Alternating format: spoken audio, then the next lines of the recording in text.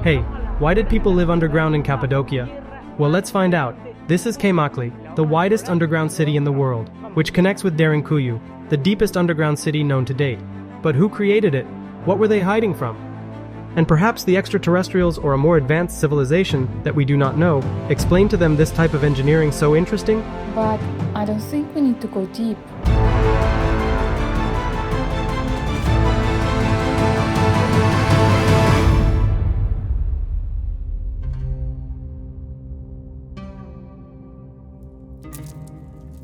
This is the curious town of Göreme, located in the well-known region of Cappadocia, that is, in central Anatolia, Turkey.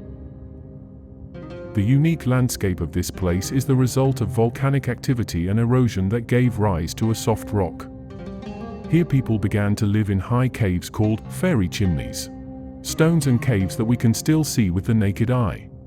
But, in addition to what is seen on the surface, underground are immense cities that keep mysteries and treasures.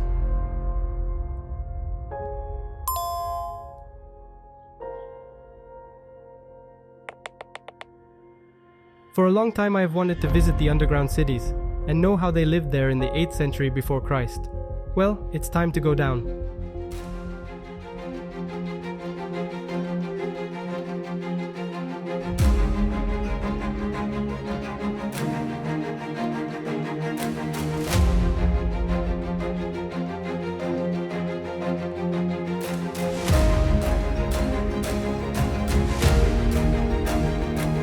The plan is simple. Frank and his team head to Kaymakli, one of the underground cities 22 kilometers from Göreme. But the difficult thing for some is to fight with the claustrophobia in the tunnels meters deep. We are on the outskirts of the widest underground city in the world. We are going to explore it, and I will explain everything about it. Come on!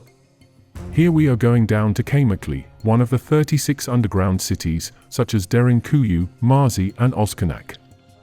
This amazing underground labyrinth is believed to have been built sometime between the 5th and 10th centuries, although the exact dates remain a mystery due to a lack of decorative details and documentation. Over the years, Kaymakli has witnessed the influence of various cultures that have left their mark on its passageways and hidden chambers.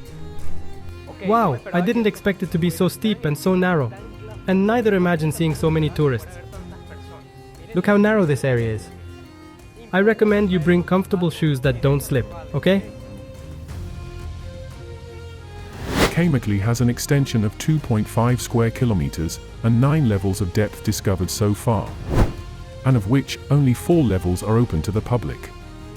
However, shortly we will show a passageway that no one goes to. In turn, according to experts, Kaymakli has a long tunnel that connects with the city of Derinkuyu. It is incredible to highlight this, since the distance between both cities is 9.6 kilometers. In turn, Derinkuyu is 18 levels deep, being the deepest discovered on our planet. This underground city is so big and labyrinthine that the museum and the archaeologists only have 10% open so that we can explore it on foot with an authorized guide. Otherwise, we could get lost. You understand the magnitude, right? Brother, I feel claustrophobic. I'm afraid to be here. Don't worry, there are many people and guides here. I know the place is narrow, but we'll leave soon. But you are right, this place is quite small and unusual. Okay, you are wondering, how did the people who lived there breathe? Because these cities could have around 20,000 inhabitants. Well, they built tunnels or vents, something similar to chimneys, so that the oxygen ran through the different floors, letting the air move from the surface downwards. You understand? Let me show you that hole over there. Oh, I can clearly feel the cool air coming in, despite how deep we are. And this hole could be closed in case any enemy came, since they want to be 100% protected. Oh wow, look how deep it is. It is extremely important to say that these were not simple shelters. The fact that they are called cities is because inside they had a whole structure for daily life. We know it sounds utopian and fanciful, but in this case it was real. Human groups of between 3,000 and 20,000 individuals could live here for months, or even more, without even coming to the surface. Down here, they had family rooms or apartments, there were meeting rooms, kitchens and dining rooms, rooms for storing food. Rooms for storing and distributing wine, pens for animals, religious halls or internal churches, cellars, nursing place. And although it sounds scary, they had a cold room where they could keep corpses and keep inert bodies cool for a long time. This section that you are seeing here was where they kept the fresh corpses. Technically, it was a morgue. Okay, let's imagine that I have to be living here in this room with my family. And then, if I wanted to close our door so they wouldn't be disturbed, I had to move this round stone. What you see there, that was the door. You could move it to close it and move it back to open it. I don't know how heavy that is, but those people were very strong because I'm sure I couldn't move that stone. As I was saying, what we have here is not a simple rock. This is another door. And this one was located in each corridor, located exactly in that section. That was to enter or exit. And these holes that they have here were used to see outside. And in case, if there were enemies outside, they would attack them through the biggest hole using some weapon. All in order to protect yourself. And they used weapons like arrows or spears. As you can see, this is super chunky. It's about 2 feet thick. And they had it in this section. Let me show you. This door was here and it rolled. And now it's lying on the ground so that we tourists can continue on our way. Throughout this episode, we have talked about how the inhabitants of these cities hide from enemies or from something in common. But what exactly were they hiding from? To understand that, we must explain who built these cities. According to historians, Derinkuyu was originally built by the Hittites, who over time became one of the great powers of the Near East, along with Babylon, Mitanni, Egypt and Assyria. While Kaymakli, according to other experts, say it was originally built by early Christians in the early years of Christianity as a means of warding off persecution by Roman soldiers. But did they only escape religious persecution? Or did something else affect them? Well, there are researchers who consider that these underground cities could correspond to a disappeared civilization, which dated back to the Paleolithic. This is stated by Andrew Collins, along with other experts on this subject, arguing that around the 9th millennium BC, Turkey suffered an ice age that forced the inhabitants of these areas to take refuge from the cold by excavating these cities.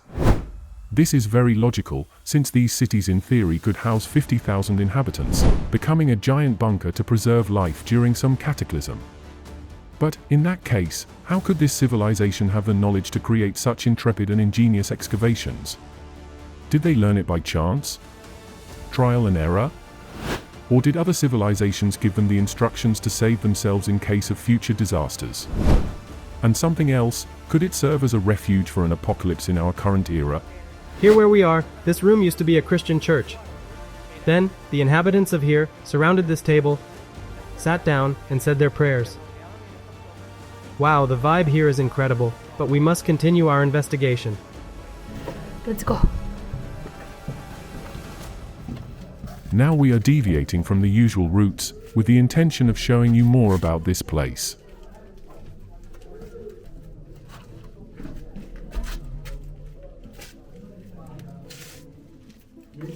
Here I always find new tunnels that I have never seen. If we enter, I don't know where we will go. Follow me carefully. I don't know what's there. Let me turn on the flashlight. Here we can see that this tunnel has no signs or electricity. This indicates that we go deeper than others. Let's remember that only the first 4 levels can be explored. That means that we are probably descending to level 5. Well, the camera almost don't see anything. I can turn on the light. Guys, be careful with your heads. This area becomes very narrow, and also the atmosphere gets colder.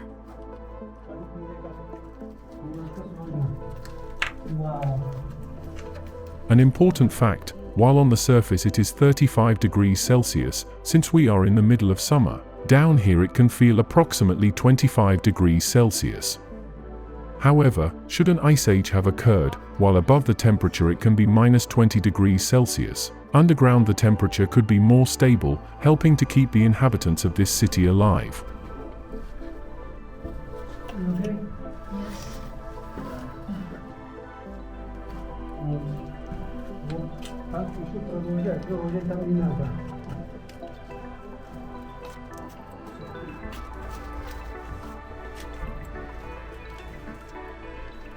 Это мы на какой этаж спускаемся?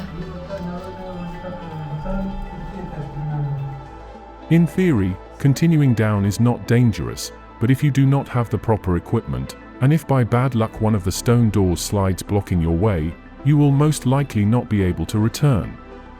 A wooey downstairs, there is no phone signal, and the screams would be very difficult to be heard on the upper floors. Usual tourists aren't coming here, right? I don't see anything on yours. Yes, usual tourists not coming. And here is where we find a narrower tunnel than the previous ones. A deep passage where the view is lost. Probably, this tunnel would take the boys to level 6, or maybe, to Derinkuyu. And you need to climb, like...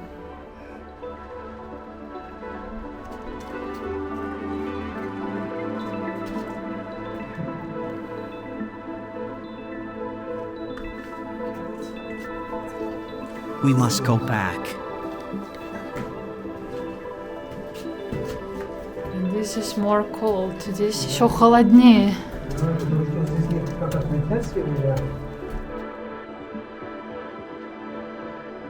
This section that we are looking at here was the kitchen where they prepared dinner.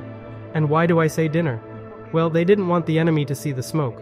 If the enemy saw the smoke during the day, they would come to attack them because they would know the location. That's why they only cooked with fire at night.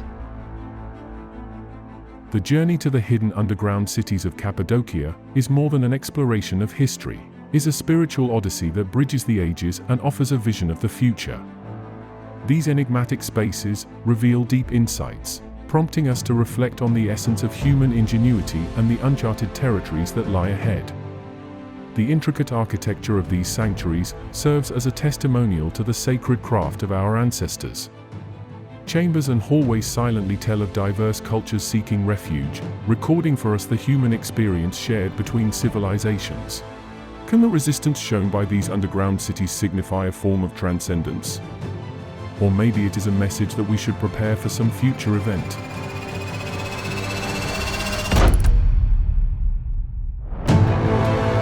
Subscribe and share the video. Also, you can give us a super thanks to support our content and become a member of the channel to have exclusive material.